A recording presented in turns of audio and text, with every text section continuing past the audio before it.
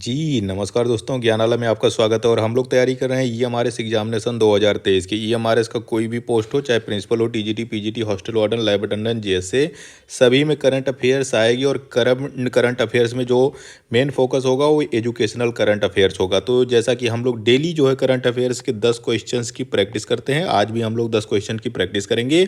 ये 17वां पार्ट है, ये 17वां करंट अफेयर का 17वां पार्ट है।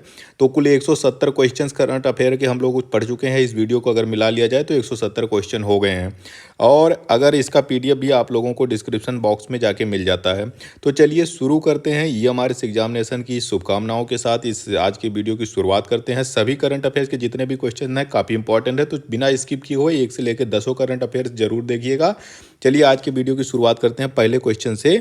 पंडित जवाहरलाल नेहरू बाल साहित्य अकादमी द्वारा प्रदत्त प्रतिष्ठित लक्ष्मी कुमारी चूड़ावत बाल साहित्य पुरस्कार, लक्ष्मी कुमारी चूड़ावत चिल्ड्रंस लिटरेचर अवार्ड से हाल ही में निम्नलिखित में से किसे सम्मानित किया गया।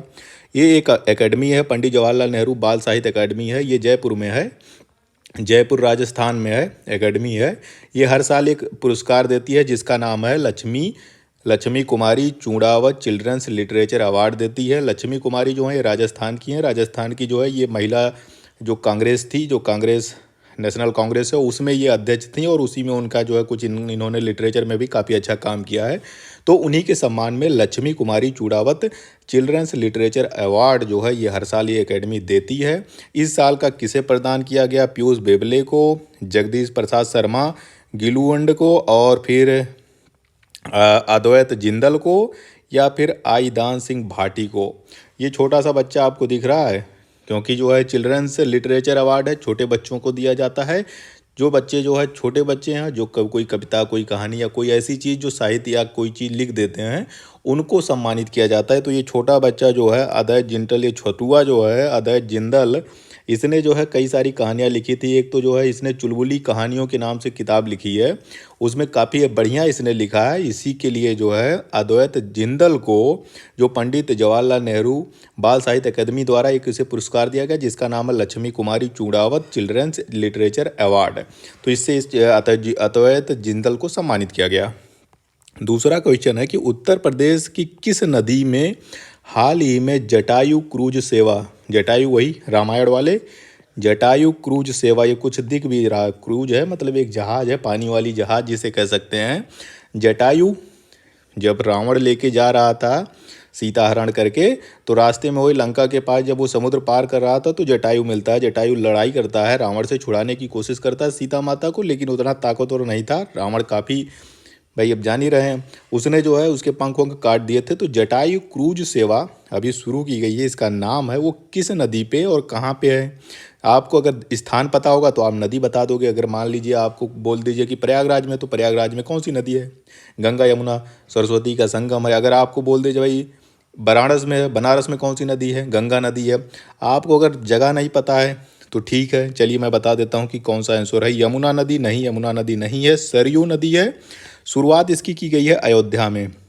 अयोध्या में इस समय काफ़ी डेवलपमेंट हो रहा है, अयोध्या में किया गया, अयोध्या में काफ़ी डेवलपमेंट हो रहा है। राम मंदिर बनके तैयार हो चुका है, कभी भी इसका उद्घाटन अगले साल हमें लग रहा है कि इसका राम मंदिर का उद्घाटन भी कर दिया जाएगा। राम मंदिर, और ये अयोध्या बसा हुआ है सरयू नदी पर। सरयू नदी वही सरयू नदी जिसका वर्णन रामायण में भी है। इसको घाघरा नदी भी कहते हैं, अन्य जगहों पे इसे घाघरा नदी भी कहते हैं, अयोध्या में इसे सरयू नदी के नाम से जाना जाता है। तो सरयू नदी अयोध्या में उत्तर प्रदेश की जो ये जटायु क्रूज सेवा है, जटायु नाम से ही रामायण से जुड़ा हुआ है। स्थान जो अयोध्या है वो भी जो है रामायण का है, राम जन्मभूमि है वहीं पे। तो जटायु क्रूज सेवा सरयू नदी पर अयोध्या में शुरू किया गया है। तीसरा क्वेश्चन है, हाल ही में लावा उद्गार फूटने से होने के कारण समाचार सुर्खियों में बना रहा ज्वालामुखी किलाऊ। किलाऊ एक ज्वालामुखी है, एक्टिव वोल्केनो है, एक्टिव है, एक्टिव का मतलब होता है जिससे उद्गार निकलता रहता है, लावा निकलता रहता है। कहाँ पे स्थित है? जिस तरह से इस तरह से उद्गार इसमें हमेशा होते रहते हैं, लावा निकलता रहता है। तो है कहाँ? इटली में नहीं है, अलास्का में भी नहीं है, बाली में भी नहीं है, ये हवाई द्वीप है, हवाई द्वीप है। हवाई आइलैंड पे किलाऊ महाद्वीप स्थित है। किलाऊ महाद्वीप एक एक्टिव जो वोल्केनो है, ज्वालामुखी है, यहाँ से हमेशा उद्गार होते रहते हैं। अभी हाल ही में फिर से इसमें उद्गार शुरू हो गया था। चौथा क्वेश्चन, भारत का पहला underground power transformer, India's first underground power transformer हाल ही में कहाँ पे स्थापित किया गया? ट्रांसफार्मर हम सभी जानते हैं, एक तो बाहर वाले जो है खंभे पे लगे होते हैं बड़े वाले ट्रांसफार्मर, ठीक है। ट्रांसफार्मर होता क्या भाई? एसी के लिए काम करता है, अल्टरनेट करंट के लिए। एक इनपुट आती है जो करंट, और आउटपुट करंट होती है जो घटता बढ़ता है, वोल्टेज घटती बढ़ती रहती है, उसको स्टेबल कर देता रहता है। अगर 500 केवी का आएगा तो उतना ही केवी का जो है वो बाहर निकालता है। तो स्टेबिलिटी रहती है, एसी करंट में स्टेबिलिटी रहती है, उपकरण हमारे जितने भी इलेक्ट्रिक उपकरण होते हैं वो सुरक्षित रहते हैं। लेकिन कभी अंडरग्राउंड ज़मीन के अंदर कोई ट्रांसफार्मर अब तक लगा नहीं था। ये इंडिया का पहला अंडरग्राउंड पावर ट्रांसफार्मर लगाया गया है। कहाँ पे? कोलकाता में नहीं, मुंबई में नहीं, बेंगलुरु राइट आंसर है। जी हाँ, बेंगलुरु। कर्नाटक के ऊर्जा मंत्री हैं, कर्नाटक के ऊर्जा मंत्री द्वारा बेंगलुरु में इंडिया का पहला अंडरग्राउंड पावर ट्रांसफार्मर स्टेशन लगाया गया। ये 500 किलोवाट का है, 500 केवीए का है, तो 500 इसकी क्षमता है और अंडरग्राउंड है, ज़मीन के अंदर इसको लगाया गया है। पाँचवां, नई दिल्ली में 9 से 10 सितंबर को आयोजित G20, ये भी याद कर लेना, 9 से 10 सितंबर को हुआ था। क्या हुआ था? G20 शिखर सम्मेलन हुआ था। कहाँ पे हुआ था? नई दिल्ली में हुआ था। भारत के प्रस्ताव पर निम्नलिखित में से G20 के स्थायी सदस्य यानी परमानेंट मेंबर ऑफ G20 के रूप में किसे शामिल कर लिया गया है? अब G20 मतलब ग्रुप 20 यानी 20 देशों का समूह है। अब 20 देश क्या कहें, इसमें 19 तो देश हैं और एक जो है यूरोपियन यूनियन है। यूरोपियन यूनियन में बहुत सारे यूरोपियन में जो है यूरोपियन कंट्रीज, यूरोपियन यूनियन में जो है बहुत सारे यूरोपियन कंट्रीज आते हैं। एक समूह है वो भी इसमें शामिल है, तो कह सकते हैं कि 19 देश हैं और एक जो है यूरोपियन कंट्री। अब एक और को शामिल कर लिया गया है, वो कौन है? वो हो गया अफ्रीकन यूनियन। जैसे यूरोपियन यूनियन है वैसे अफ्रीकन यूनियन है। अफ्रीकन यूनियन को भी अब इसमें शामिल कर लिया गया। अफ्रीकन यूनियन जो है अफ्रीकन, जो अफ्रीका महाद्वीप हो उसकी कंट्री के, उसके कई सारे कंट्री इससे मिले हुए हैं। तो अफ्रीकन यूनियन को, जो दिल्ली में अपना G20 सम्मेलन हुआ उसमें अफ्रीकन यूनियन को परमानेंट मेंबर G20 का दे दिया गया, उसको इसमें G20 में शामिल कर लिया गया। G20 अब जो है 20 देशों का था, अब इसको अफ्रीकन यूनियन मिला के 21 लोगों का एक बड़ा अंतर्राष्ट्रीय संगठन है जो इकोनॉमिक कोऑपरेशन पे बात करती है, आपस में सहयोग की बात करती है, आपस में जो है व्यापार की बात करता है। चलिए शुरू करते हैं छठवें क्वेश्चन से। हाल ही में केंद्रीय गृह मंत्रालय ने पुदुचेरी के प्रस्ताव के तहत मेडिकल शिक्षा में सरकारी विद्यालयों के छात्रों को कितने प्रतिशत क्षैतिज आरक्षण की मंजूरी दी गई? पुदुचेरी में। पहली चीज़, पुदुचेरी है कहाँ? कभी देखो मैप में पुदुचेरी कहाँ है, जाके मैप चेक करिएगा। पुदुचेरी 4-5 जगह आपको देखने को मिलेगा। इधर केरल में माहे मिल जाएगा, यहाँ आंध्र प्रदेश के निकट में एमन मिल जाएगा, यहाँ पे तमिलनाडु के थोड़ा सा ऊपर आपको जो है पुदुचेरी नाम से मिल जाएगा, उसके नीचे फिर कराईकल मिल जाएगा। तो ये 4 जगह पे ऐसे फैला हुआ है पुदुचेरी, कहीं आपको एक जगह नहीं मिलता पुदुचेरी। केंद्र शासित प्रदेश है पुदुचेरी। तो यहाँ पे क्या किया गया, यहाँ की जो है पुदुचेरी ने प्रस्ताव दिया था कि जो सरकारी स्कूलों में पढ़ते हैं, जो आपके अपने यहाँ प्राइमरी स्कूल होते हैं, जो सरकारी विद्यालय में पढ़ेंगे, उसने कहा कि हमारे यहाँ जितने भी मेडिकल वाले स्कूल हैं उसमें जो है मेडिकल कॉलेज होंगे, उसमें जो सरकारी स्कूल से पढ़े हुए हैं उनको हम आरक्षण देंगे, क्षैतिज आरक्षण देंगे। आरक्षण भी 2 तरह का होता है, एक तो वर्टिकल आरक्षण होता है भाई, एक हो गया जनरल हो गया, ओबीसी हो गया, एससी हो गया, एसटी हो गया। ये आरक्षण हो गया वर्टिकल, ये ऊपर से नीचे जाती है, वर्टिकल जाती है। और दूसरा होता है क्षैतिज। क्षैतिज का क्या मतलब होता है कि ये ऊर्ध्वाधर इधर से जाती है भाई, क्षैतिज, ये ऊर्ध्वाधर हो गया और ये हो गया क्षैतिज, यानी जो है हॉरिजॉन्टल हो गया। हॉरिजॉन्टल में क्या हो गया, जनरल में मान लीजिए जनरल में भी कैटेगरी कर देंगे, ओबीसी में भी कैटेगरी कर देंगे, एससी में भी कैटेगरी कर देंगे, तो इस तरह का जो आरक्षण होगा वो क्षैतिज आरक्षण कहलाता है। तो कितने % का आरक्षण दिया गया? 5% का, 10% का, 17% का, 20% का। 17% बहुत ज़्यादा हो जाएगा, 20% भी बहुत ज़्यादा हो जाएगा, 5% बहुत कम हो जाएगा। 10% का आरक्षण पुदुचेरी ने कहा है कि हमारे जितने भी बच्चे जो सरकारी स्कूलों से पढ़े, सरकारी स्कूलों में पढ़ाता कौन है? अब उन्होंने कहा कि भाई सरकारी स्कूल के बच्चों को हम दे रहे हैं, जो हमारे यहाँ के बच्चे हैं जो सरकारी विद्यालयों में पढ़े हैं, हम उनको 10% का क्षैतिज आरक्षण जो है दे रहे हैं। अगर उन्होंने नीट परीक्षा पास कर ली, नीट के माध्यम से, तो जो भी मेडिकल कॉलेज हैं हम उनको 10% का क्षैतिज आरक्षण देंगे।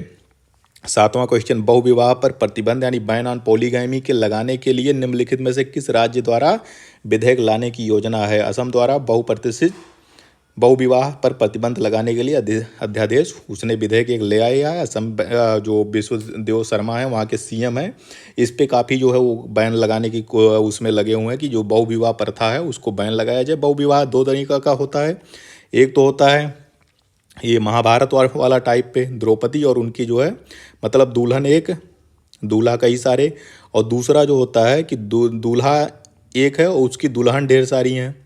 तो दोनों तरीके से हो सकता है, एक आदमी के जो है कई सारी पत्नियां हो या फिर एक पत्नी के कई सारे पति हों।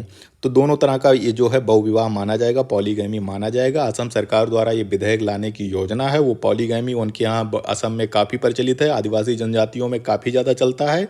तो उस पर प्रतिबंध लगाने के लिए असम सरकार द्वारा अध्यादेश लाने की योजना है। 8वां क्वेश्चन है कि दिव्यांग बच्चों को आत्मनिर्भर बनाने के लिए उनकी शिक्षा के लिए हाल ही में किस राज्य ने मुख्यमंत्री सबल योजना की शुरुआत की? राजस्थान नहीं है, बिहार नहीं है, छत्तीसगढ़ भी नहीं है। जो राइट आंसर है हिमाचल प्रदेश। हिमाचल प्रदेश के सीएम है सुखबीर सिंह सुक्खू साहब। उन्होंने एक नई योजना शुरू की है जिसका नाम है मुख्यमंत्री सबल योजना। इस योजना के साथ दिव्यांग बच्चों को शिक्षा में काफ़ी जो है हेल्प की जाएगी। आर्टिफिशियल इंटेलिजेंस की भी हेल्प ली जाएगी। इन्होंने कई सारे चैट बोट भी बना रखे हैं। अगर जो बच्चे चैट बोट जैसा कि जानते हैं उसमें जो है टेलीग्राम जैसा होता है, उसमें क्विज आप दे सकते हो, लिखो और डालो, सब कुछ चलता है। वो इसी तरह चैट बोट भी है। कई सारे चैट बोट इन्होंने शिक्षक सहायक नामक चैट बोट बनाया, हिमाचल अभ्यास के नाम से चैट बोट बना के दिया है, और सारी कई तरह से जो है बच्चों को, जो दिव्यांग बच्चे हैं उनकी पढ़ाई लिखाई के लिए, उनको आत्मनिर्भर बनाने के लिए, उनको सबल बनाने के लिए मुख्यमंत्री सबल योजना हिमाचल प्रदेश की सरकार द्वारा शुरू किया गया है। 9वां क्वेश्चन, अंतर्राष्ट्रीय साक्षरता दिवस इंटरनेशनल लिटरेसी डे निम्नलिखित में से किस तिथि को मनाया जाता है? 8 सितंबर इज द राइट आंसर। इसे नोट कर लीजिएगा। इंटरनेशनल लिटरेसी डे 8 सितंबर को हर साल मनाया जाता है। थीम भी इसकी होती है। थीम इस बार का यही था, प्रमोटिंग लिटरेसी।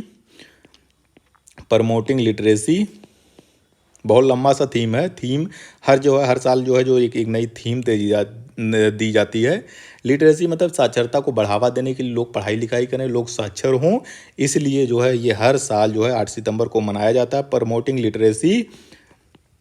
लिटरेसी इसका जो है आगे फिर और है, promoting literacy transition in word, और आगे इसका इसी तरह से कोई थीम है। तो प्रमोटिंग लिटरेसी याद भी रखेंगे तो भी आप इसकी थीम जो है, जो भी ऑप्शन मिलेगा उसको आप कर लेंगे। तो अंतर्राष्ट्रीय साक्षरता दिवस 8 सितंबर को हर साल मनाया जाता है।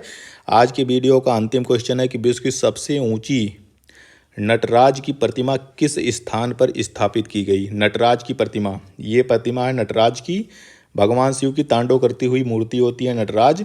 कहाँ पे बनाई गई? भारत मंडपम नई दिल्ली में, स्वामी मलाई तमिलनाडु में, तंजावुर जिला तमिलनाडु में, मुंबई महाराष्ट्र में।